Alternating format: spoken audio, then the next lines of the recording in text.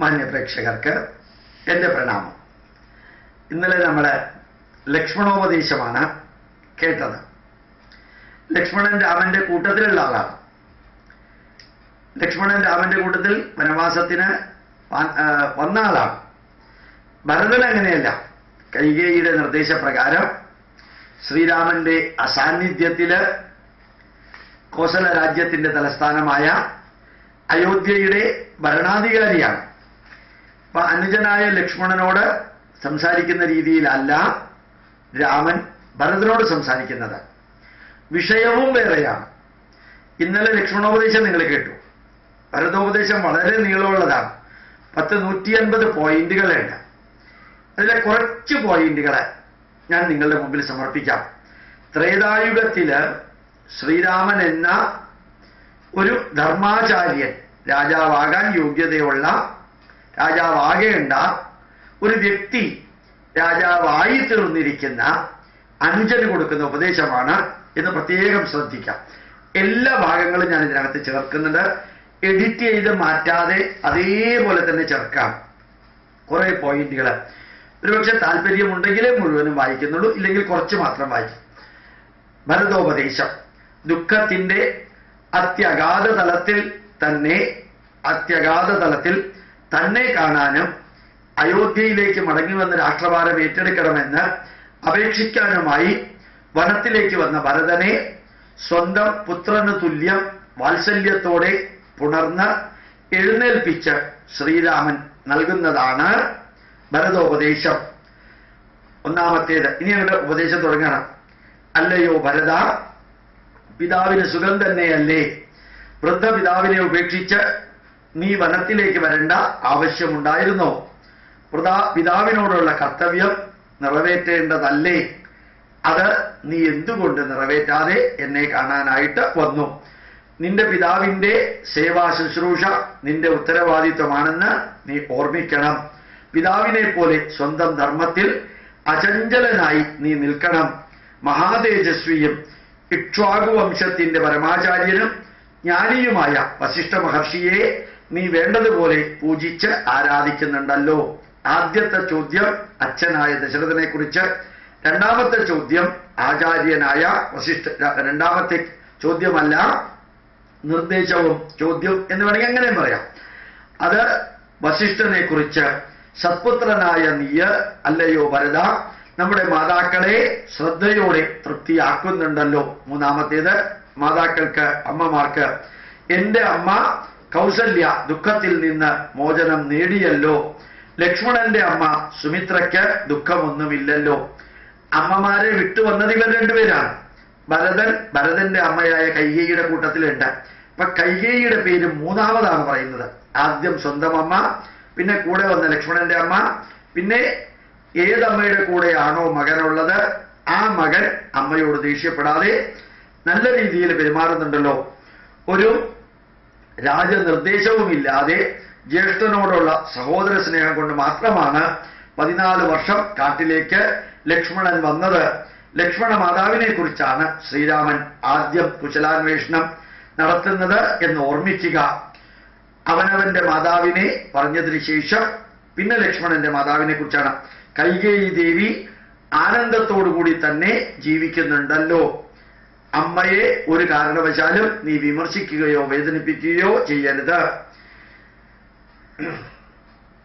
ആരാണോ ഉത്തമകുലത്തിൽ ജനിച്ചവനും വിനയ സമ്പന്നനും പേര് കേട്ടവനും മറ്റുള്ളവരുടെ കുറവുകൾ അന്വേഷിച്ച് പോകാത്തവനും ശാസ്ത്രരീതിയിൽ ധർമ്മബോധത്തോടെ ജീവിക്കുന്നവനും അങ്ങനെയുള്ളവരെ നീ തീർത്തും ആദരിച്ച് അനുഗ്രഹം സ്വീകരിക്കുന്നുണ്ടല്ലോ.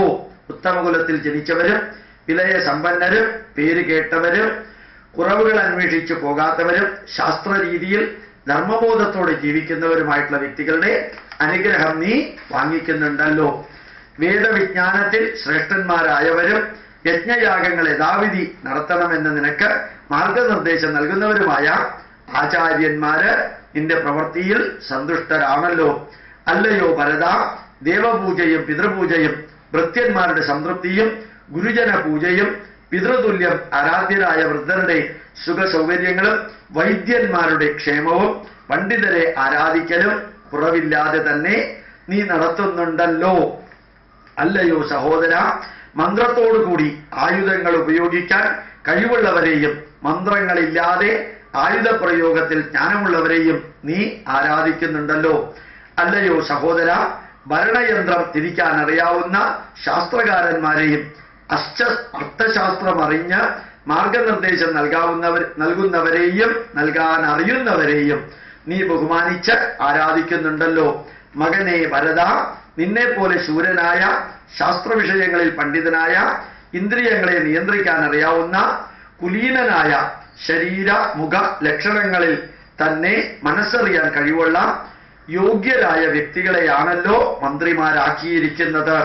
അല്ലയോ രഘുനന്ദന, രാജാവിന് ലഭിക്കുന്ന നല്ല ഉപദേശങ്ങളാണ് രാഷ്ട്രഭരണത്തിന്റെ വിജയത്തിന് ആധാരം. അങ്ങനെ ഉപദേശിക്കാൻ യോഗ്യതയുള്ളവരെയാണല്ലോ നീ ഉപദേശികളായിട്ട്, അഡ്വൈസേഴ്സായിട്ട് നിയോഗിച്ചിരിക്കുന്നത്. അല്ലയോ ഭരത, നിനക്ക് മാർഗനിർദ്ദേശം നൽകുന്നവരില് നീതിശാസ്ത്ര വിഷയത്തിൽ നിപുണന്മാരായവരും മന്ത്രിമാരും മന്ത്രിശ്രേഷ്ഠന്മാരും നൽകുന്ന മാർഗനിർദ്ദേശങ്ങൾക്ക് രഹസ്യ സ്വഭാവം നീ നിലനിർത്തുന്നുണ്ടല്ലോ. അല്ലയോ ഭരത, നീ അസമയത്ത് ഉറങ്ങാറില്ലല്ലോ. അതേസമയം കൃത്യസമയത്ത് തന്നെ നിദ്രയിൽ നിന്ന് ഉണരുന്നുമുണ്ടല്ലോ. അല്ലയോ ഭരത, സരസ്വതി യാമത്തിൽ ഉണർന്ന് രാഷ്ട്രത്തിന്റെ സാമ്പത്തിക ഉന്നതിക്ക് ആവശ്യമായ ഉപായങ്ങളെക്കുറിച്ച് ഗാഢമായി നീ ചിന്തിക്കാറുണ്ടല്ലോ. അല്ലയോ ഭരത, അത്യധികം പ്രാധാന്യമുള്ള ഗൂഢമായ രഹസ്യ കാര്യങ്ങളെക്കുറിച്ച് ഒറ്റയ്ക്കിരുന്നല്ലോ ചിന്തിച്ച് തീരുമാനമെടുക്കുന്നത്. കൂട്ടത്തില് മന്ത്രിമാരും ഉപദേശികളും ഉണ്ടല്ലോ എന്നർത്ഥം. അതിനു പകരം അനവധി വ്യക്തികളെ വിളിച്ചു വരുത്തി കോലാഹല രൂപത്തിലും ഇത്തരം രഹസ്യ കാര്യങ്ങൾ നീ ചർച്ച ചെയ്യാറില്ലല്ലോ. നിന്റെ രഹസ്യമായ തീരുമാനങ്ങൾ ശത്രുരാജ്യത്തിലേക്ക് എത്തുന്നില്ല എന്ന് നീ ഉറപ്പുവരുത്തുന്നുണ്ടല്ലോ. അല്ലയോ രഘുനന്ദന ഭരത, ഏതൊരു കാര്യമാണോ എളുപ്പത്തിൽ ചെയ്യാൻ സാധിക്കുന്നതും എന്നാൽ അത്യധികം ഫലപ്രദവുമായത് നീ അല്പം പോലും വൈകാതെ അതിനെക്കുറിച്ച് തീരുമാനമെടുക്കുകയും നടപ്പാക്കുകയും ചെയ്യുന്നുണ്ടല്ലോ. മേൽപ്പറഞ്ഞ കാര്യങ്ങളിൽ ഒരിക്കലും വിലംബം നീ വരുത്താറില്ലല്ലോ. നീ ഏറ്റെടുത്ത് ചെയ്യാൻ ആരംഭിക്കുന്ന കാര്യങ്ങൾ പൂർണ്ണമായതിനു ശേഷം അഥവാ ഏതാണ്ട് പൂർണ്ണമാകുമ്പോൾ മാത്രമാണല്ലോ അയൽവക്കത്തെ രാജാക്കന്മാർക്ക് അതിനെക്കുറിച്ച് അറിവ് ലഭിക്കുന്നത്. അതിന്റെ രഹസ്യ സ്വഭാവം നീ നിലനിർത്തുന്നുണ്ടല്ലോ. നടപ്പിലാക്കാൻ ഉദ്ദേശിക്കുന്ന കാര്യങ്ങളെക്കുറിച്ചും പരിപാടികളെക്കുറിച്ചും അയൽ രാജ്യങ്ങൾക്ക് വിവരം ചോർന്നു പോകുന്നില്ലല്ലോ. അപ്രകാരം വിവരങ്ങൾ ചോർത്തുന്നവരെ നീ ശ്രദ്ധിക്കുന്നുണ്ടല്ലോ ഭരത. മകനെ ഭരത, നീ എടുക്കുന്ന തീരുമാനങ്ങൾ നിന്നിലൂടെയോ മന്ത്രിമാരിലൂടെയോ അനുമതിയിലുള്ള ഉദ്യോഗസ്ഥരിലൂടെയോ അല്ലാതെ ജനങ്ങളിൽ അത് എത്തുന്നില്ലല്ലോ. രാജതീരുമാനങ്ങൾ രഹസ്യമാർഗത്തിലൂടെ ജനങ്ങളിലെത്തി അവരത് വഴിയോരങ്ങളിൽ തർക്കിക്കാനായിട്ട് ഉപയോഗിക്കുന്നില്ലെന്ന് നീ ഉറപ്പുവരുത്തുന്നുണ്ടല്ലോ ഭരത. നിന്റെ ചാരന്മാരിലൂടെ അകത്തും പുറത്തുമുള്ളവർ ചെയ്യുന്ന നന്മതിന്മകളുടെ വിവരങ്ങൾ യഥാസമയം നിനക്ക് ലഭിക്കുന്നുണ്ടല്ലോ. 100 മൂർഖന്മാരെയും വിഡ്ഢികളെയും കൂടെ നിർത്തുന്നതിന് പകരം ഒരു ബുദ്ധിമാനും അനുഭവസമ്പന്നനുമായ പണ്ഡിതനെ കൂടെ നിർത്തുന്നതാണ് ഉത്തമം എന്ന് നിനക്ക് അറിയാമല്ലോ. വിദ്വാനായ വ്യക്തി മാത്രമേ സങ്കീർണമായ എല്ലാ പ്രശ്നങ്ങൾക്കും പരിഹാരം നിർദ്ദേശിക്കാനാകൂ എന്ന് നിനക്ക് അറിയാമല്ലോ. ഒരു രാജാവ് 1000-ഓ 10,000-ഓ വിഡ്ഢികളെ സ്വന്തം ആവശ്യത്തിനെന്ന് പറഞ്ഞ് നിയോഗിച്ചാലും ആവശ്യത്തിന് അവരാരും ഉപകരിക്കുകയില്ല എന്ന് നിനക്ക് അറിയാമല്ലോ. ഒരാളാണെങ്കിൽ പോലും ബുദ്ധിമാനായ ശൂര വീരനായ ചാതുര്യമുള്ള നീതിജ്ഞനായ ഒരാളാണെങ്കിൽ പോലും രാജാവിനും രാജകുമാരനും സമ്പൽ സമൃദ്ധിയിലേക്ക് ഉയരാൻ ആ വ്യക്തിയിലൂടെ സാധിക്കുമെന്ന് നിനക്കറിയാമല്ലോ. മകനെ ഭരത, പ്രധാനപ്പെട്ട ശ്രേഷ്ഠരായ വ്യക്തികളെ പ്രധാനപ്പെട്ട സ്ഥാനത്തും മധ്യമഗുണമുള്ളവരെ മധ്യമസ്ഥാനത്തും താഴേക്കിടയിലുള്ളവരെ താഴെയുള്ള ഉത്തരവാദിത്വങ്ങളെ ഏൽപ്പിക്കുന്നതിന് നിനക്ക് ചാതുര്യമുണ്ടല്ലോ. ആരാണോ സമ്മാനങ്ങളും കൈക്കൂലിയും വാങ്ങിക്കാതെ സ്വന്തം ധർമ്മമായി കർമ്മത്തിൽ നിശ്ചയദാർഢ്യത്തോടുകൂടി നിലകൊള്ളുന്നത്, തന്റെ കർത്തവ്യങ്ങൾ കൃത്യസമയത്തിന് മുമ്പ് തന്നെ ചെയ്തു തീർക്കുന്നത്, ബാഹ്യമായും ആന്തരികമായും പവിത്രമായ പദത്തിലൂടെ സഞ്ചരിക്കുന്നത്, ശ്രേഷ്ഠനായി തന്നെ സ്വധർമ്മം അനുഷ്ഠിക്കുന്നത് അപ്രകാരമുള്ള മന്ത്രിമാരെയും സെക്രട്ടറിമാരെയും അമാത്യന്മാരെയും ഉത്തമ കാര്യങ്ങൾ നീ ഏൽപ്പിക്കുന്നുണ്ടല്ലോ. കൈകേയി കുമാര ഭരത, നിന്റെ രാജ്യത്തിലെ ജനത നീ ഇപ്പോൾ രാജാവാണെന്ന് ഓർമ്മിപ്പിക്കുന്നതാണ് നിന്റെ രാജ്യത്തിലെ ജനത എന്ന പദപ്രയോഗം ശ്രീരാമൻ നടത്തുന്നത്. നിന്റെ രാജ്യത്തിലെ ജനത, പ്രജകൾ അതികഠിനമായ ശിക്ഷ അനുഭവിക്കേണ്ടി വരുന്നില്ലല്ലോ. അവർ അതികഠിന ശിക്ഷ അനുഭവിച്ച് മന്ത്രിമാരെയും രാജ ഉദ്യോഗസ്ഥരെയും തിരസ്കരിക്കുന്നില്ലല്ലോ. കഠിനമായ ശിക്ഷ നിരന്തരം നൽകി പ്രജകളെ നീ ഭയവിഹ്വലരാക്കരുതെന്ന് നിനക്കറിയാമല്ലോ. എപ്രകാരമാണോ നല്ല തൊഴിലാളി നീചനായ യജമാനനെ ഉപേക്ഷിക്കുന്നത്, എങ്ങനെയാണോ ശ്രേഷ്ഠയായ സ്ത്രീ അധാർമിയായ പുരുഷനെ ഉപേക്ഷിക്കുന്നത്, അതുപോലെ താങ്ങാനാകാത്ത കഠോരമായ കരം പിരിക്കലിലൂടെ നിന്റെ പ്രജകൾ നിന്നെ അനാദരിക്കുന്നില്ലല്ലോ. കരം പിരിക്കുന്നതിനെ കുറിച്ചുള്ള മാർഗനിർദ്ദേശമാണ് ഇവിടെ പ്രത്യക്ഷമായി തന്നെ ശ്രീരാമൻ ഭരതന് നൽകുന്നത്. സാമദാന ഭേദ ദണ്ഡങ്ങളിലൂടെ യുക്തിസഹജമായ രാജനീതി നടപ്പാക്കുന്ന ഉദ്യോഗസ്ഥർ ശിക്ഷ നടപ്പാക്കുന്നത് പക്വതയോടെ ആയിരിക്കും. വിശ്വസ്തനായ ഭൃത്യന്മാർ തെറ്റ് ചെയ്താലും അവർ മരണത്തെ പോലും ഭയപ്പെടാതെ രാജ്യത്തെ സേവിക്കുന്നവരായിരിക്കും. അപ്രകാരമുള്ള ഉദ്യോഗസ്ഥരെയും പ്രജകളെയും രാജാവ് ഒരിക്കലും ശിക്ഷിക്കാറില്ല. അവർ സ്വയം ശിക്ഷിക്കപ്പെടുക തന്നെ ചെയ്തുകൊള്ളും. ഭരത, എപ്പോഴും സന്തോഷവാനും വീരശൂരനും ധൈര്യവാനും ബുദ്ധിമാനും പവിത്രനും കുലീനനും ആത്മവിശ്വാസമുള്ളവനും യുദ്ധപാഠവുമുള്ളവനുമായ വ്യക്തിയെയാണല്ലോ നീ സേനാപതിയായി അവരോധിച്ചിരിക്കുന്നത്. നിന്റെ പ്രധാന യോദ്ധാക്കളും സേനാപതിമാരും ഉപസേനാധിപതിമാരും ബലവാന്മാരും യുദ്ധകുശലന്മാരും പരാക്രമികളുമാണെന്ന് നീ ഉറപ്പുവരുത്തിയിട്ടുണ്ടല്ലോ ഭരത. അവരുടെ ഓരോരുത്തരുടെയും വീരശൂര പരാക്രമങ്ങൾ വിലയിരുത്തിയതിന് ശേഷമല്ലേ അവർക്ക് ഉത്തരവാദിത്വവും സ്ഥാനമാനങ്ങളും നീ നൽകിയിട്ടുള്ളൂ.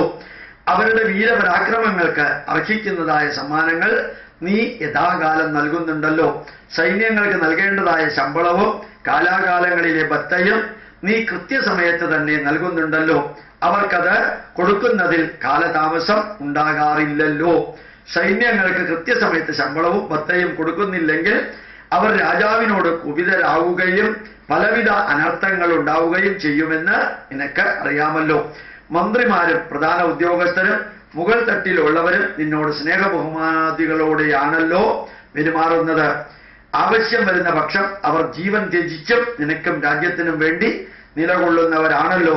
ഭരത, നീ നിയമിച്ച രാജദൂതർ നമ്മുടെ രാജ്യത്തിലെ തന്നെ പൗരനും നമ്മുടെ രാജ്യത്തിൽ നിലനിൽക്കുന്ന വിദ്വാനും കുശലതാപൂർവം കാര്യങ്ങൾ നടത്താൻ കഴിവുള്ളവരും പ്രതിഭാശാലികളും ആണെന്ന് ഉറപ്പുവരുത്തിയതിന് ശേഷമാണല്ലോ ആ ഉത്തരവാദിത്വത്തിൽ നീ അവരെ നിയോഗിച്ചിരിക്കുന്നത്.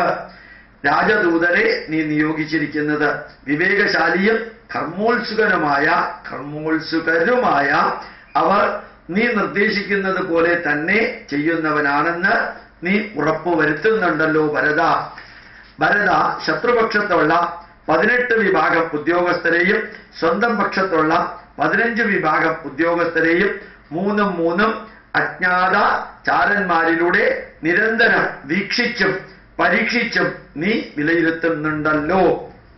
ശത്രുക്കളെ നിയന്ത്രിക്കാൻ കഴിവുള്ള ഭരത, ഏത് ശത്രുവിനെയാണോ നീ നാടുകടത്തിയത് അവൻ തിരിച്ചു വരികയാണെങ്കിൽ ദുർബലനാണെന്ന് പരിശോധിച്ച് വ്യക്തമാക്കി ഉപേക്ഷിക്കാതെ നീ അവനെ സംരക്ഷിക്കുന്നുണ്ടല്ലോ. ഭരത, എല്ലാത്തിനെയും എതിർക്കുകയും പുച്ഛിക്കുകയും നിഷേധിക്കുകയും ചെയ്യുന്ന നാസ്തികവാദികളെ നീ പ്രോത്സാഹിപ്പിക്കാറില്ലല്ലോ.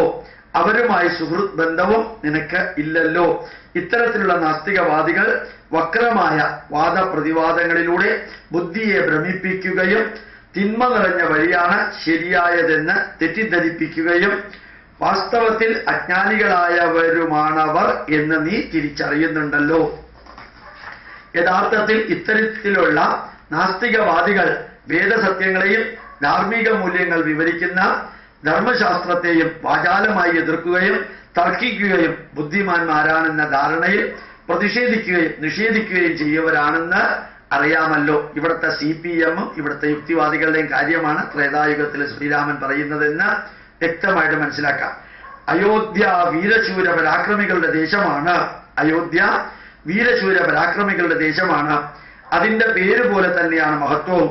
അതിന്റെ ഗോപുരവാതിലിലൂടെ എല്ലാ ദിശയിലുള്ളതും ദൃഢമാണ്. ആന, കുതിര, രഥശക്തികളിലൂടെ സുസ്ഥിരവുമാണ്. അവനവന്റെ കർമ്മം ധർമ്മമായിട്ട് അനുശാസിക്കുന്ന 10,000ങ്ങളുടെ നിവാസഭൂമിയാണ് അയോധ്യ. അവർ മഹത്വമുള്ളവരാണ്, ത്യാഗികളാണ്, ശ്രേഷ്ഠരാണ്. വിവിധ പ്രകാരത്തിലുള്ള രാജഭവനങ്ങളും ക്ഷേത്രങ്ങളും അയോധ്യയുടെ മഹത്വം വർദ്ധിപ്പിക്കുന്നു. അനവധി വിദ്വാൻമാരുള്ള രാഷ്ട്രമാണ് അയോധ്യ. അങ്ങനെ ശക്തിശാലിയും സമൃദ്ധിയും ഐശ്വര്യവുമുള്ള അയോധ്യയുടെ സംരക്ഷണം അതിന് യോജിച്ച വിധത്തിൽ തന്നെ നീ നടത്തുന്നുണ്ടല്ലോ, നിർവഹിക്കുന്നുണ്ടല്ലോ ഭരത. ഇനിയുമുണ്ട്. ഇനിയുള്ള വിവരണം നാളത്തെ ക്ലാസ്സിൽ വിവരിക്കാം. ഭരതോപദേശം 1ാം ഭാഗം കഴിഞ്ഞു. ഇനി 2ാം ഭാഗമാണുള്ളത്. പ്രണാമം, നമസ്കാരം.